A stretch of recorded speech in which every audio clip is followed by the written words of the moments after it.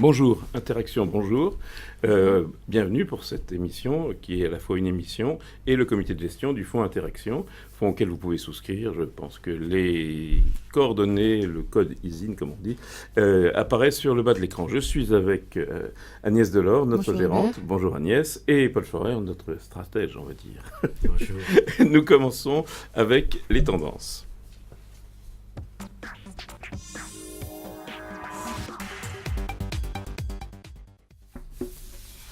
Alors, tendance cette semaine, tendance à la baisse. Hein, c'est la semaine dernière, gros mouvement de baisse à la suite d'anticipation de peut-être hausse de la Fed. C'est un peu compliqué.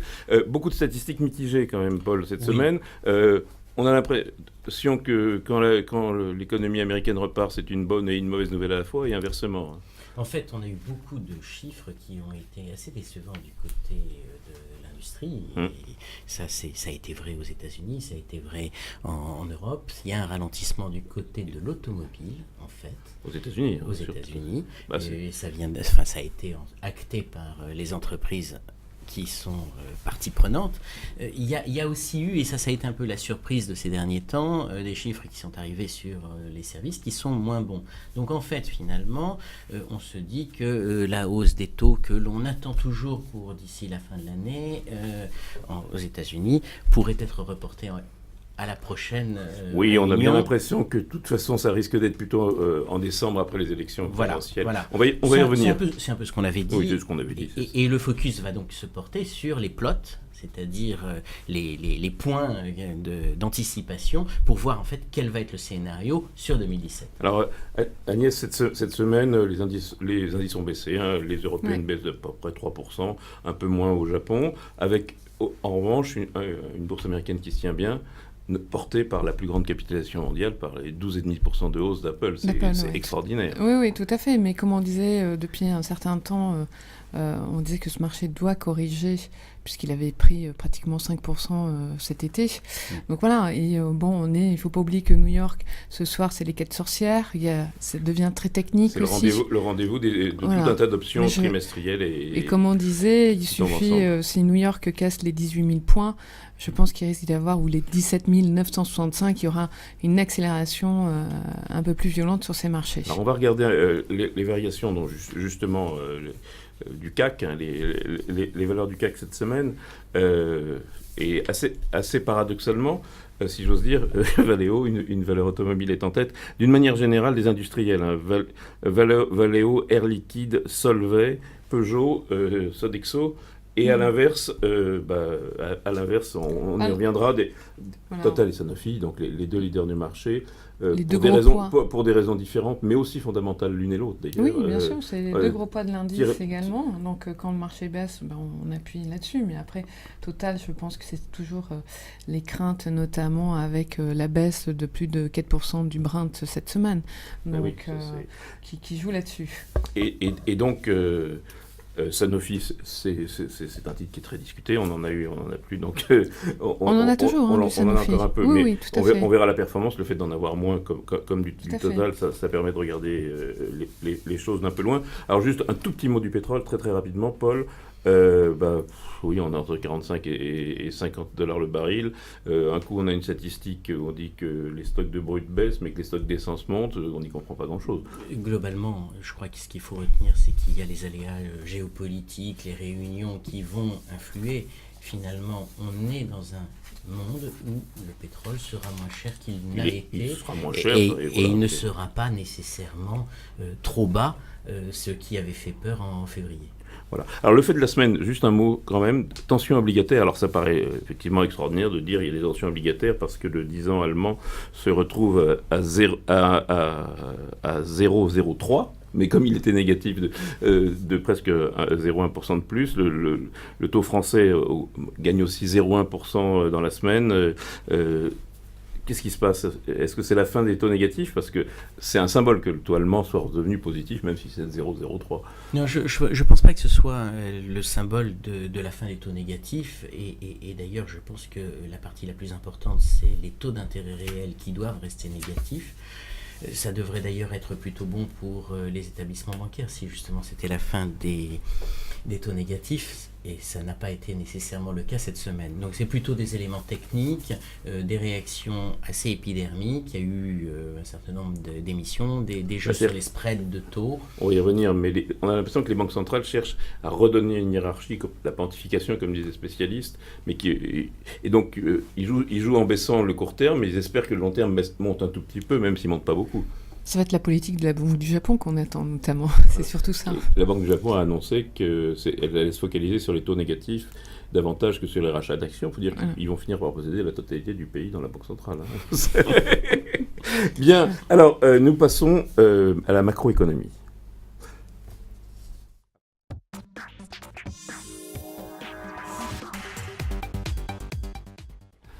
Donc un mot, j'ai fait mon petit tour, je fais mon petit tour dans les gestions de la place. J'ai ramené un petit graphique des spécialistes de CPR qui font un point trimestriel assez fouillé. Et la question qui va apparaître à l'écran, c'est quel est le juste niveau des taux d'intérêt. Alors c'est effectivement un grand sujet puisqu'on voit bien que c'est le niveau des taux d'intérêt qui bouscule les marchés et l'évaluation des actifs et notamment des actions. Alors, ce qui est assez amusant, en haut à droite, vous avez la croissance réelle du produit intérieur brut depuis 1990. On voit qu'elle baisse. Il y a des variations amples, mais quand tendanciellement, on est quand même sur une baisse. La productivité, si vous allez me dire que c'est éventuellement lié, qui est à droite, baisse également, et baisse même plus fortement. Donc les gains de productivité ne tirent pas la croissance, et la croissance n'est pas tirée. Et en dessous, vous avez les taux réels. Donc ce qui m'a paru très intéressant, c'est que les taux réels à 10 ans, on voit bien qu'ils sont négatifs. C'est-à-dire le taux réel, c'est le taux facial moins l'inflation. Ils sont négatifs depuis assez peu de temps, mais ils sont négatifs. Mais surtout quand on regarde les taux en bas à droite, les taux courts, les taux des fonds fédéraux, comme on dit, la situation taux réel négatif, même si les taux faciaux n'étaient pas négatifs, est très très loin d'être archi récente, puisque depuis la fin des années 90, ce qui est quand même il y a un petit moment, on s'est baladé assez longtemps dans les taux négatifs. Donc on a le contre-intuitif du taux négatif, Paul, mais c'est déjà arrivé en taux réel. Le taux réel négatif est quelque chose qui est tout à fait favorable à l'investissement. Voilà, c'est favorable à l'investissement. Alors, quel est le juste niveau du taux réel ? Question posée, on dit qu'aujourd'hui, on est entre 0 et 1% aux États-Unis de taux réel à peu près normal compte tenu de ce qu'on dit, c'est-à-dire des gains de productivité de la démographie et donc du PIB. Ce qu'on a pu constater et ce qu'on a dit ici à de maintes reprises, c'est que finalement, la politique des banques centrales visait aujourd'hui et à avoir la situation équivalente à celle de taux d'intérêt réel négatif. Donc c'est un objectif. Et donc tant qu'il n'y a pas d'inflation, ils vont rester négatifs, en facial aussi. Alors la problématique, c'est effectivement, c'est que avoir des taux d'intérêt réel négatifs si on n'a pas d'inflation, c'est plus gênant. Et on peut même se débattre de savoir si l'objectif de 2% d'inflation n'est pas finalement un piège pour les banques centrales parce qu'elles ont du mal à y arriver et que c'est pour avoir des taux réels négatifs qu'elles cherchent cette inflation. Bien, donc autre question, c'est pas le niveau d'intérêt, slide suivante, c'est une question qu'on s'est posée la semaine dernière en regardant finalement le passé, en regardant les 6 derniers mois, les 9 derniers mois, ou même les 3 derniers mois. Est-ce que c'est amusant ? Est-ce que c'est intéressant ? Est-ce qu'il y a du potentiel à racheter ces valeurs bancaires qui ont été massacrées, qui encore aujourd'hui, Agnès, juste un mot, Deutsche Bank fait la vedette des marchés avec 6-7% de baisse. Exactement. Et c'est quand même pas une petite banque. C'est pas une petite banque, et on en parlait il y a quelques semaines, notamment il y avait des rumeurs entre Commerzbank et Deutsche Bank de se rapprocher. Donc voilà, et que d'une part la Deutsche Bank a de gros problèmes de cash actuellement, donc et même pour payer ses détenteurs en obligation. Donc voilà, et du coup ce qui arrive là, c'est encore une mauvaise nouvelle pour nos bancaires européennes. Donc doit-on acheter les banques d'une manière générale, même, et encore plus aujourd'hui, finalement, elle vaut 7% de moins qu'avant-hier. Alors, en fait, par rapport à cette question qu'on pose régulièrement dans le cadre de l'émission, finalement, par rapport aux banques européennes en particulier et françaises plus spécifiquement, je crois que c'est intéressant de regarder comment évolue le paysage entre 2006 et 2016. Et ce que je vous propose, c'est à travers une première slide, de voir en fait la répartition des bénéfices des 1000 premières banques de la planète en fonction de leur pays d'origine. Et ce qui me paraît très notable, c'est que si en 2006, l'Union européenne, enfin l'Europe au Royaume-Uni, plus le Royaume-Uni, c'était 43% des bénéfices distribués et 27% pour les États-Unis. Aujourd'hui, on est dans une situation totalement différente, puisqu'on n'est plus qu'à 15% pour l'Europe, à 21% pour les États-Unis, et la différence, c'est l'Asie, et c'est la Chine en particulier, qui est passée de 4,3% à 31,6%. Donc, la transformation du paysage bancaire s'est faite, finalement, par la montée en puissance de la Chine dans le paysage. Et la baisse des européennes, c'est consécutif, puisqu'on est avant la crise de l'euro. Hein, oui, et surtout, en fait, la part de marché dans le financement du commerce international a été en 2011 très significativement revu parce qu'il y a eu des problèmes sur les banques européennes qui le finançaient, et je pense que c'est une des conséquences qui avait précipité l'Europe dans une crise. Les banques américaines. Oui. C'est finalement, c'est de là devenu le mal, c'est là où la réglementation s'imposera si on sépare ou si on ne sépare pas les activités de banque d'affaires et de banque commerciale, et c'est là où, on parlait de la Deutsche Bank à l'instant, on est en train de faire payer des impôts d'une manière déguisée aux banques. Oui, alors ce qui est intéressant, c'est de voir en fait que selon les régions... Alors c'est la slide suivante. Et là, on va commencer par regarder les États-Unis. Vous avez en haut à droite la performance de l'indice de référence. Et là, dans le gros tableau, dans le gros graphe, ce sont plutôt les performances relatives à cet indice des différents secteurs. Et on voit très clairement qu'il y a une sous-performance des banques qui s'est mise en place finalement jusqu'en 2011. Oui, c'est spectaculaire même. Qui est très spectaculaire, qui est très significative. Depuis, finalement, il y a une forme de stabilisation. C'est ça, ça fait l'indice. Légèrement plus par rapport à 2011, légèrement moins si on prend les points hauts de certains moments, mais globalement, on est dans un schéma qui est plutôt assaini.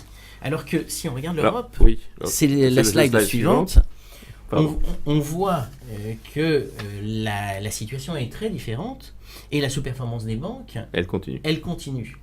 Elle continue et elle est...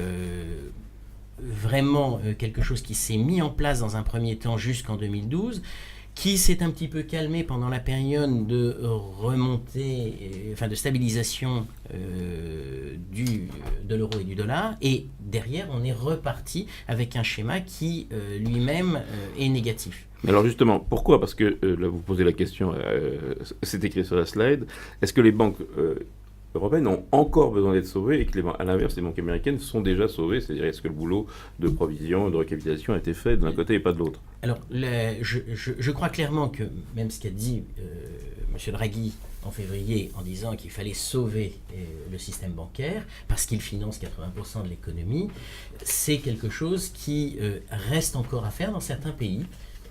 C'est indéniable, et il y a des restructurations qui restent à faire, et puis le poids des taux négatifs est considérable sur la structure des revenus des banques européennes. Alors toujours pour savoir s'il faut les acheter, ce que ça rapporte, c'est-à-dire les dividendes. C'est la slide suivante. Oui, alors juste au passage, ce qui me paraît intéressant, c'est de regarder que dans un pays, dans une zone comme les USA, où les banques se sont stabilisées, les indices sont au plus haut du plus haut.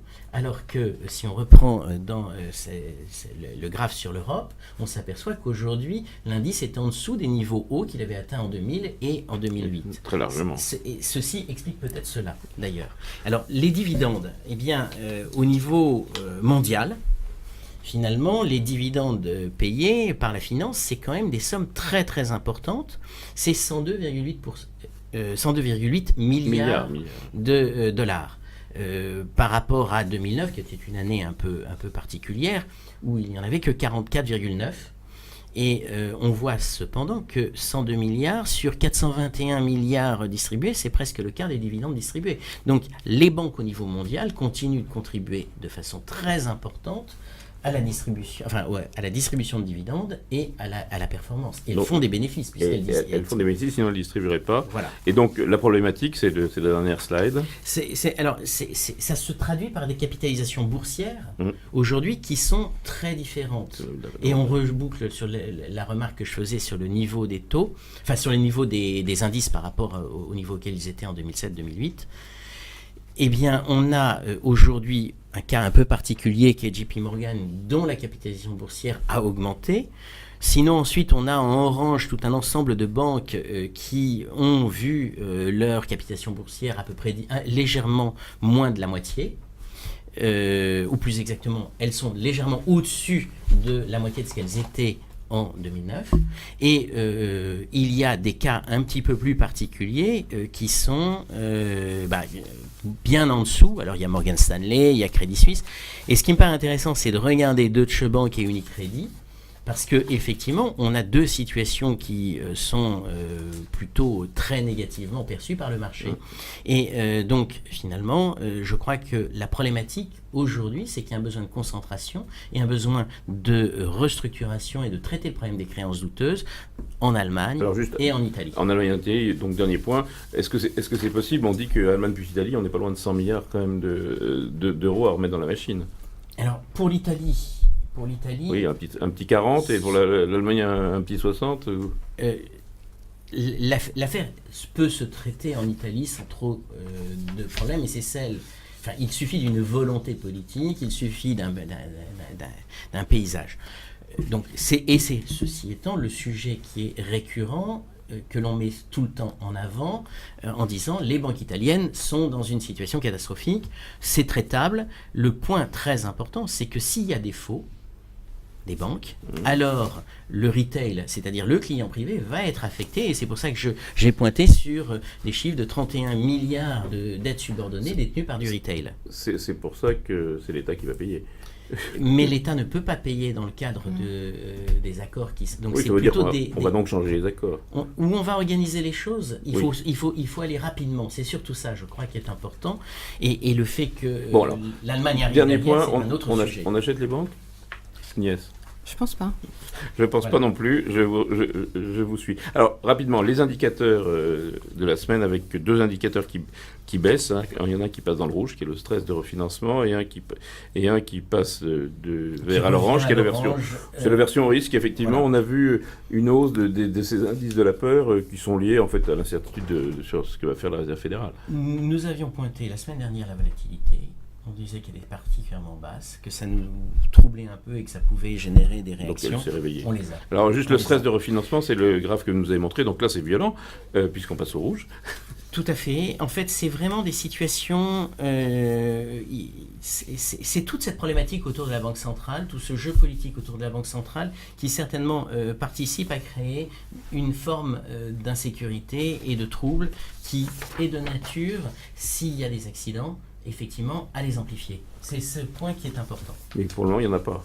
Pour l'instant, il y en a pas. Et pour le moment, on a des banques centrales quand même très à la manœuvre, comme on a dit, tout à fait, pour éviter les tout à fait. Mais elles resteront toujours, de toute façon, très à la manœuvre. Performance, maintenant. Nous passons à la performance.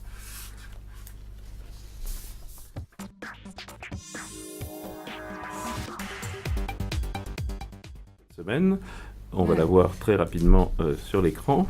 Donc cette semaine, on perd moins 2,67 contre un CAC qui perd... Voilà. On ne le voit pas, ça c'est pas le bon graphe du tout, c'est le graphe d'avant. Donc c'est la performance du CAC 40 sur la semaine, voilà. Alors, le CAC 40 cette semaine perd 3,7. Voilà, et l'indice et notre fonds perd à moins baissé de 2,67. Alors ça s'explique juste en regardant par le sous-investissement en Sanofi en total notamment. Exactement. Et puis on a eu 2-3 bonnes surprises. L'Air Liquide qui annonce une augmentation de capital et qui monte, ça c'est un indice très, très important. Voilà, donc, mais on n'en a pas. On n'a pas ? Non. Ah pardon, on n'en a pas, excusez-moi, non. On l'avait vendu notamment aux alentours de 92. Bon, mais on a eu Zodiac. Bon, alors passons, donc la performance est le même. Parce que ça ne marche pas ce truc-là. Donc, et du coup, c'est pas le bon graphe. Voilà, et on va passer sur la performance du portefeuille Interaction. Du portefeuille Interaction. Avec les titres. Voilà. Alors voilà, on voit là où on a creusé notre écart, notamment c'est surtout parce que les financières, on en a moins que notre indice de référence, c'est là où on creuse notre écart. Et nous avons également, on a, comme vous le disiez, sur les cycliques, donc, qui ont perdu 0,83 et que nous, on en a perdu que 0,62. Mais on gagne pratiquement d'ailleurs sur toutes... on fait l'écart sur presque voilà, tout, oui. Alors on va le regarder valeur par valeur, c'est le graphe que je commentais mais que je ne voyais pas. C'est qui est le suivant. Donc effectivement les bonnes surprises qu'on a eues, c'est d'abord Zodiac, on en parle toutes les semaines, mais la semaine dernière Profit Warning et ça avait monté, et cette semaine publication bien reçue, et puis la perspective d'un super contrat avec Emirates. Oui, exactement. Donc, du coup, on a vu une hausse de son chiffre d'affaires de plus de 5%. Puis surtout, il ne faut pas oublier la bonne nouvelle, notamment, c'est la branche sur son activité sur les fauteuils qui a énormément souffert l'année dernière et en début du premier semestre également sur de nombreux retards par le passé il commence à résorber tout ce retard-là. Donc ça, c'est une bonne nouvelle. En revanche... Dans les performances négatives, donc on a parlé de Total, on a parlé de Sanofi, donc ça c'est les grosses, mais on a le luxe qui a morflé derrière une publication de Richemont et même une publication d'Hermès un peu, et donc on a du LVMH, nous. Donc oui, Hermès qui suite à la publication de Richemont a annoncé qu'il ne pouvait plus maintenir leurs résultats de 2016 pour les années à venir. Donc du coup, le marché a sanctionné ces titres-là. Hermès a perdu pour une fois 8%. Donc en une séance, donc voilà. Mais quoi, LVMH, Kering, Kering a très bien, Kering a très bien résisté. Un peu moins, alors que Prada a énormément souffert, mais exactement. Pas. Donc voilà, on avait plus diversifié. Mais on a quand même un changement. Hein. On voit bien L'Oréal, peut-être un accrochage aux États-Unis aussi juridique, mais on voit bien tout ce secteur-là, on va y revenir et morphe quand même beaucoup plus que. C'est normal, c'est des valeurs qui ont monté de plus de 20% sur cet été, comme on disait. C'est des valeurs chères, mais tout le cyclique a sous-performé, et notamment, comme on le disait plusieurs fois, on reste sur nos défensives qui n'ont pas fait grand-chose cet été, mais qui font toujours pas grand-chose. Non, vous exagérez un peu. Bon, on y vient. Passons à la gestion.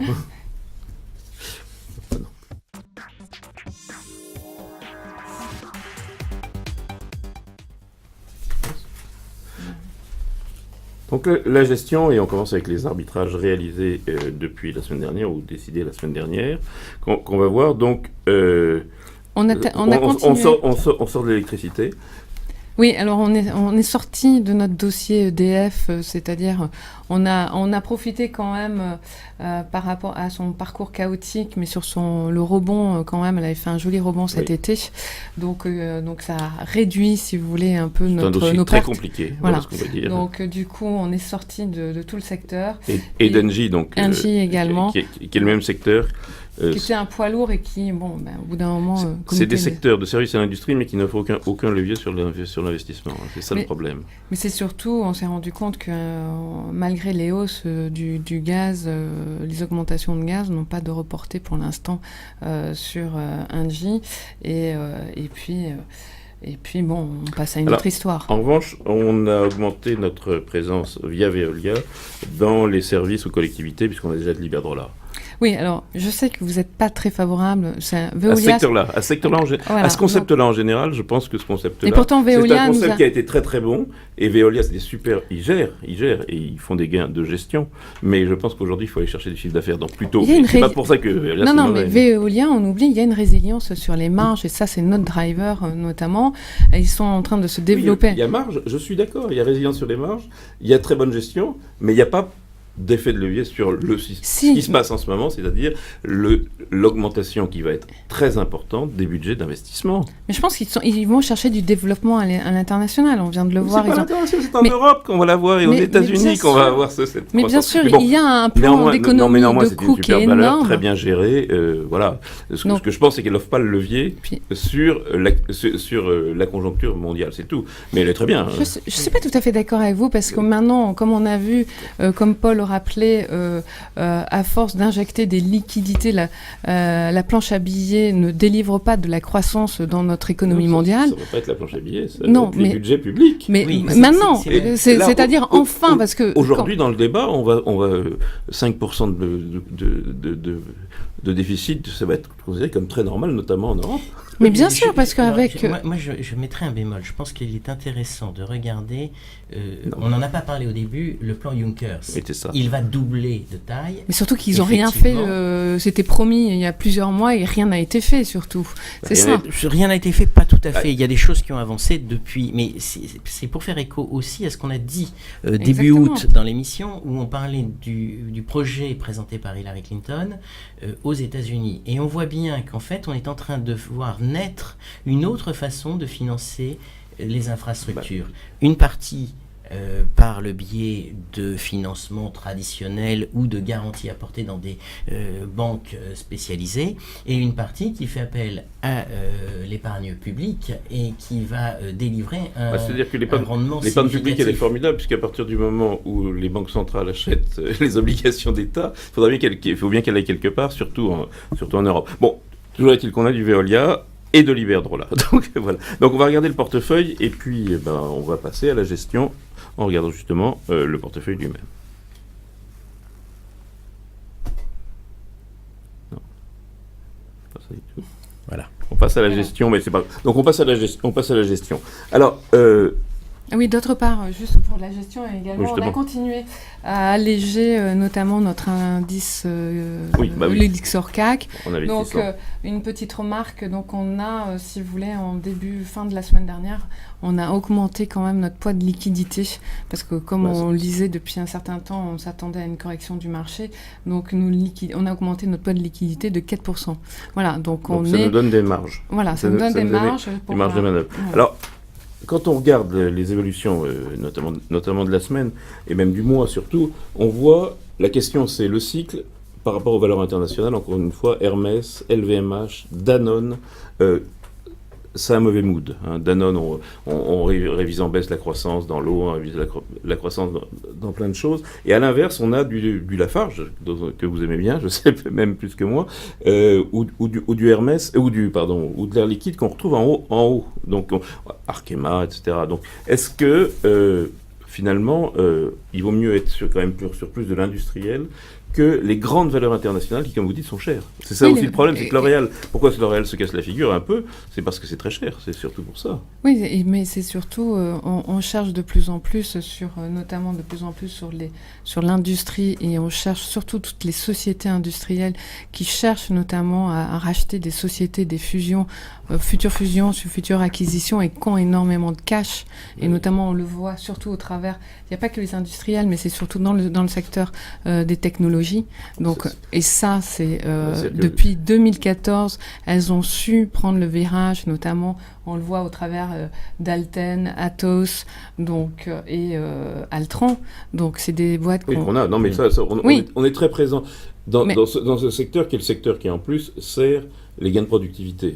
Mais c'est le peu qu'on a, ils viennent de là. À délivrer de la croissance. Du coup, voilà, et d'augmenter leur... Mais il faut évidemment un moment qu'il y ait de la consommation, si j'ose dire, donc de l'investissement. Et c'est bien, on met en face d'un re-rating à la baisse des Stylor, de L'Oréal, de Danone, de Nestlé, tu sais quoi, en face d'un re-rating de valeurs un peu...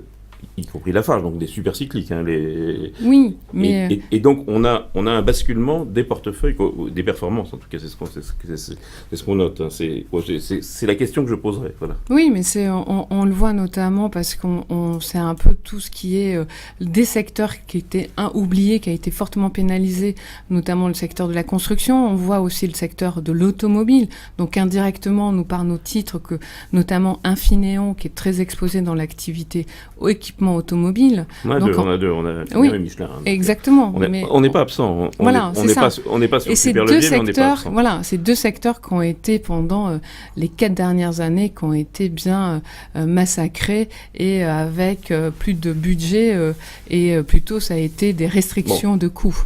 Alors, on est bourré de fric, comme on l'a dit, puisqu'on a plein de cash.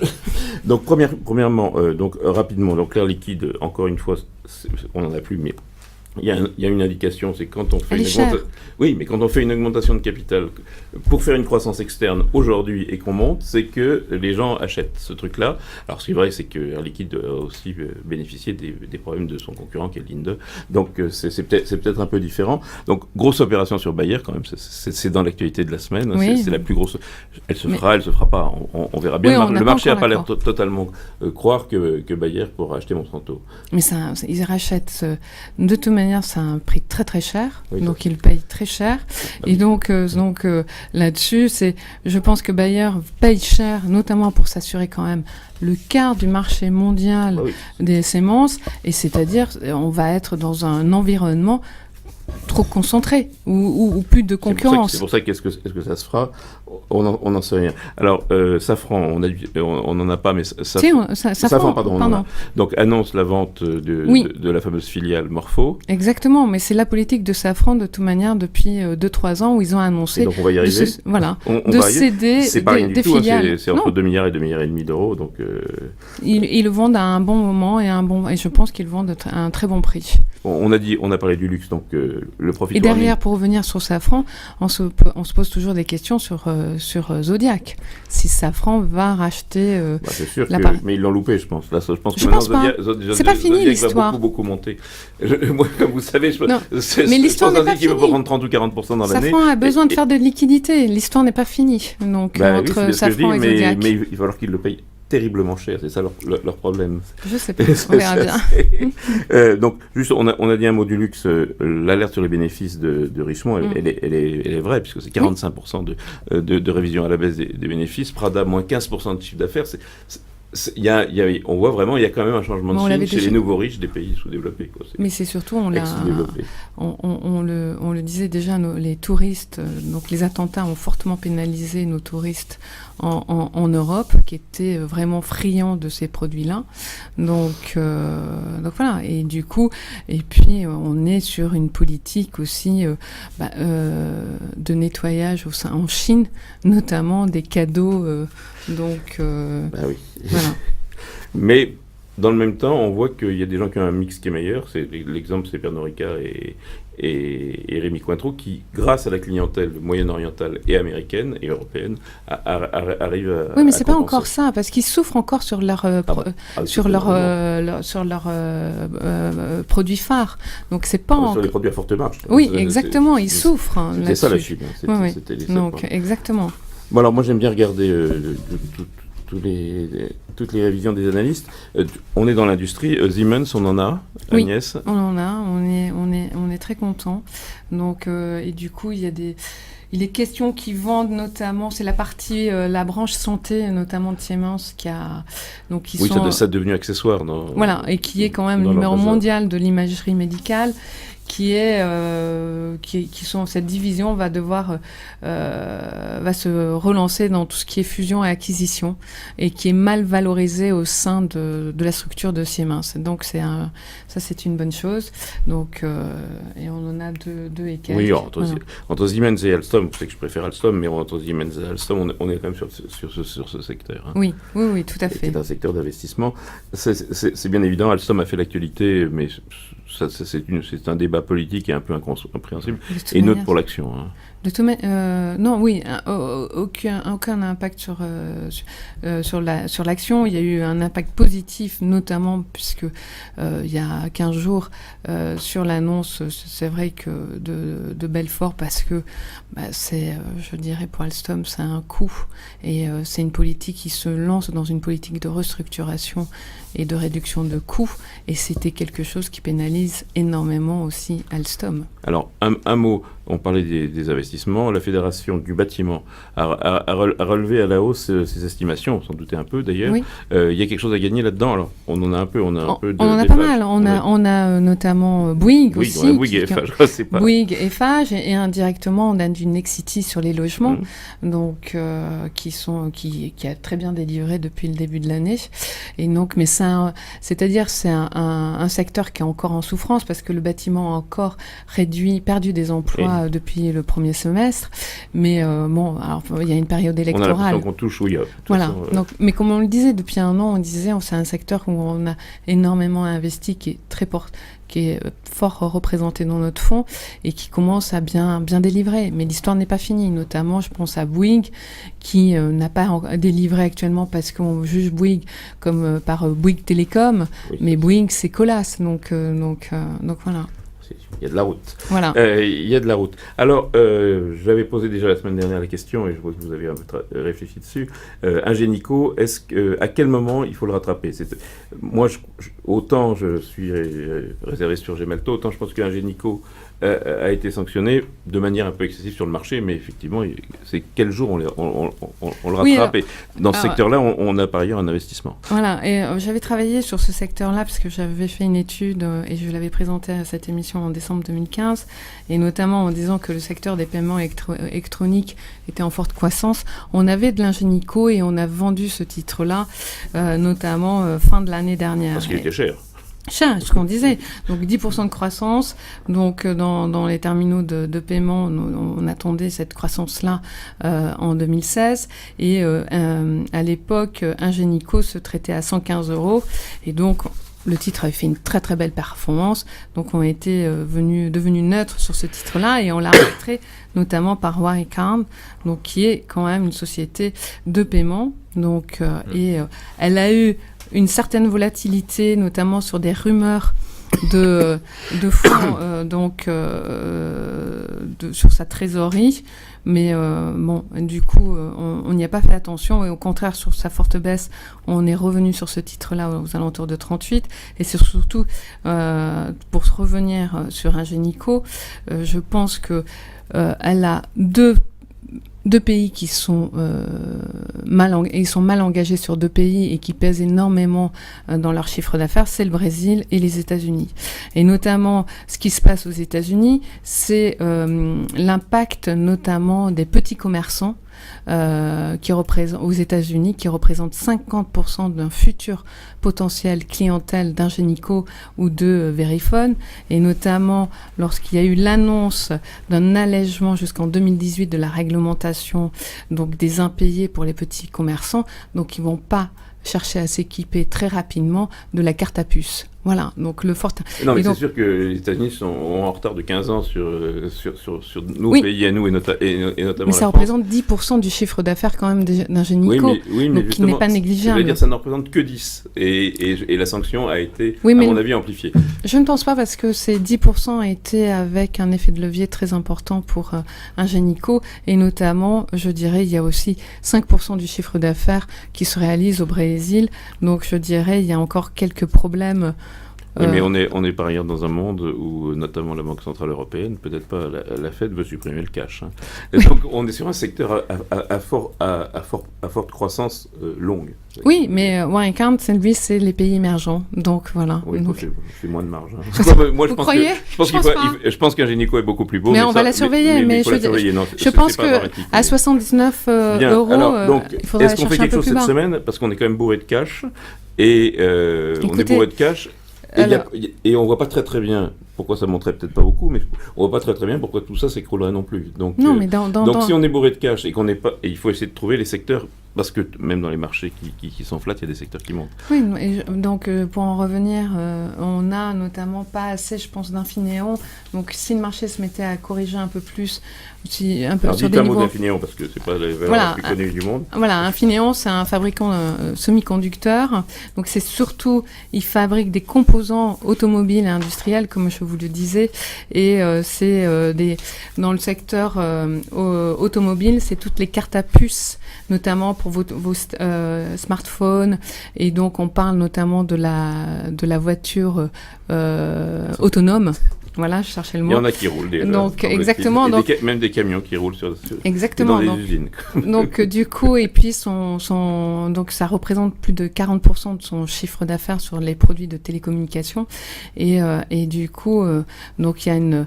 Donc, on réduit un peu parce qu'on a plus de 10% de cash entre 12%. Donc ça serait de se renforcer donc dans ce poids dans Infineon, et puis peut-être être un peu plus agressif, notamment sur Alstom, et puis comme vous dites, je pense qu'il faudra revenir un peu plus sur Zodiac.